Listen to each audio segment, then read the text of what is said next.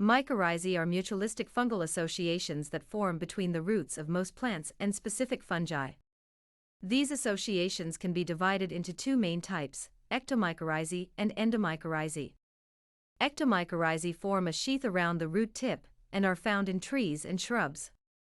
They are the most common type of mycorrhizae found in conifers and hardwoods, and are considered to be the most efficient at absorbing nutrients such as phosphorus.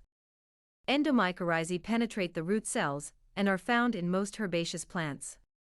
They are considered to be the most efficient at absorbing water and other nutrients, such as nitrogen and potassium. Mycorrhizal fungi play an important role in increasing the yield of crops. They can help to increase the efficiency of nutrient uptake, which can lead to improved plant growth and increased crop yields.